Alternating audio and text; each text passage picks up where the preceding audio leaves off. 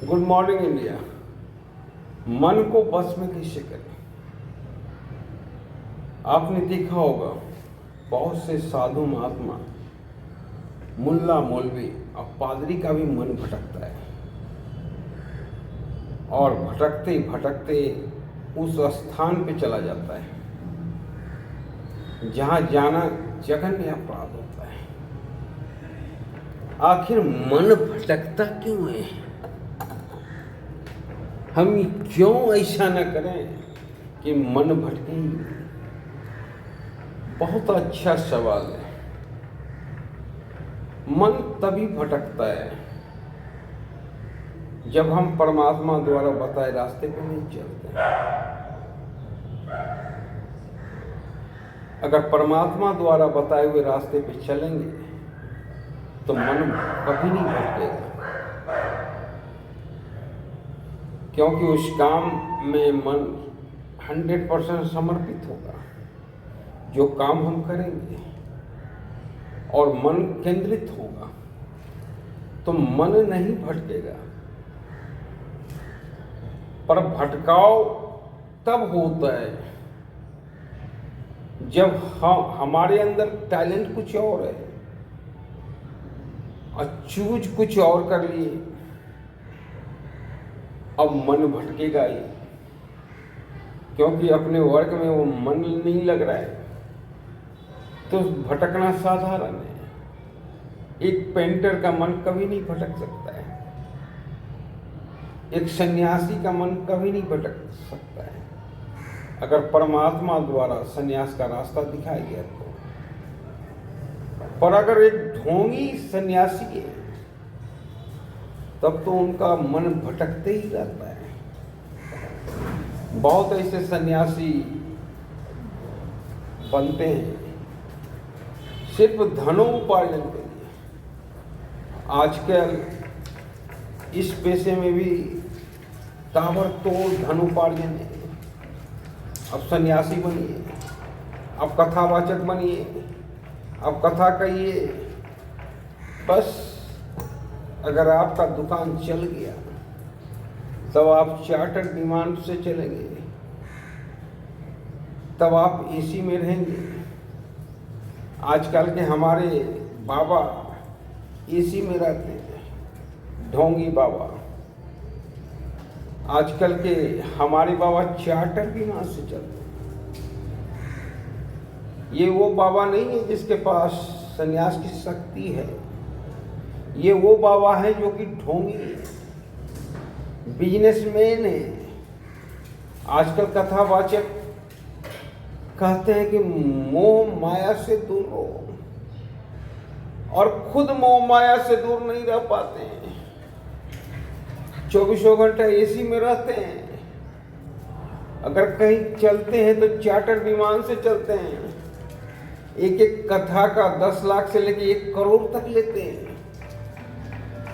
तो कैसा मोह माया से दूर रहो कहने वाला। आप हमें तो बोल दिए कि मोह माया से दूर रहे, पर खुद मोह माया में जकड़े हुए हैं। ये कैसा सन्यास है? आज भी सन्यास है। हमारे सन्यासी आज भी हिमालय की गुफा में रहते हैं। उन्हें कोई जानता भी नहीं है और उन्हें कोई मतलब भी नहीं है कि हमें कोई जाने। वो प्रभु के शरण में रहते हैं और प्रभु के शरण में ही खुश रहते हैं।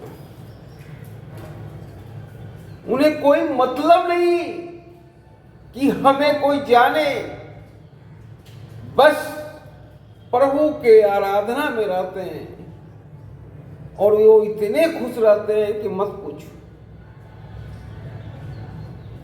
वो अरबपति भी उतने खुश नहीं रहते हैं जितने खुश हमारे साधु महात्मा रहते हैं। तो ये होता है सन्यास। पर सवाल है कि मन क्यों भटकता है? अगर हम एक पेंटर हैं और गॉड के द्वारा क्रिएट किए गए हैं कि हम पेंटर, कदापि मन नहीं भटकेगा। दिन रात मेरा मन कैनवास में जूझता रहेगा, मन भटकने का सवाल ही नहीं रहेगा। 10-15 साल पहले की घटना है। एक आर्ट कॉलेज का एक सीनियर, नाम नहीं बताएंगे, वो एक लड़की से प्यार हो गया। वो उसको देखने के लिए कैनवास लगाता था, और जब वो कैनवास में घुसता था, अपना काम स्टार्ट करता था, तब उसे परवाह नहीं रहती थी कि वो कब आई कब गई। तो ये होता है पेंटिंग। जो पेंटिंग में लीन होता है उसे देश दुनिया से कोई मतलब नहीं, वो एक सन्यास के तरह होता है। जब पेंटर अपने कैनवास पे होता है तो उसके मन में एक ही बात चलता है कि प्रभु, मेरी पेंटिंग जब तक पूरी ना हो जाए तब तक कोई ऐसा काम ना आवे ताकि मुझे एक कैनवास छोड़ना पड़े। और दूसरा कोई बात नहीं रहता। ये होता है पेंटर और कैनवास का संबंध। जैसे प्रभु और भक्त का संबंध होता है, उसी तरह हम अपने पेंटिंग से जुड़ जाते हैं। तो एक पेंटर, एक मूर्तिकार कभी नहीं भटकता है, एक सन्यासी कभी नहीं भटकता है, एक क्रिकेटर, एक फुटबॉलर कभी नहीं भटकता है, अगर ईश्वर के द्वारा बनाया गया है तो प्रभु का अगर कार्य कर रहे हैं तो मन में भटकाव नहीं है, क्योंकि उस कार्य में इतना आनंद आता है कि मन भटकने का कोई सवाल ही नहीं होता है। मन तभी भटकता है जब हम दूसरा रास्ता चूज कर लेते हैं। हम पेंटर हैं और हम डॉक्टर बन जाते हैं।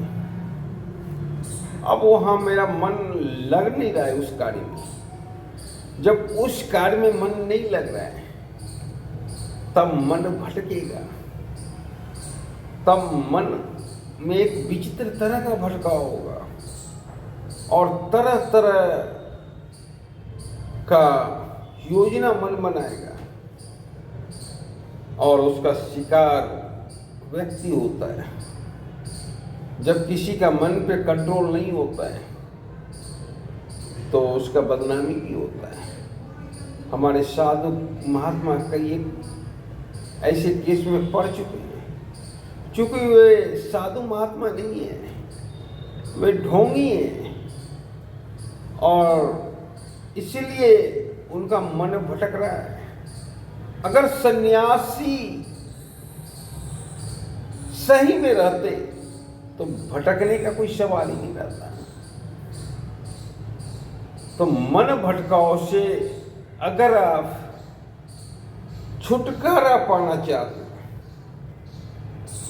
तब एक ही काम करना है, जिस काम के लिए आपको प्रभु ने बनाया, जो काम आपको सबसे ज्यादा आनंद देता हो, सबसे ज्यादा अपनी ओर खींचता हो, उस काम को अगर आप चूज कर लेते हैं तो मैं 100% गारंटी लेता हूं कि आपका मन नहीं भटकेगा। जय हिंद।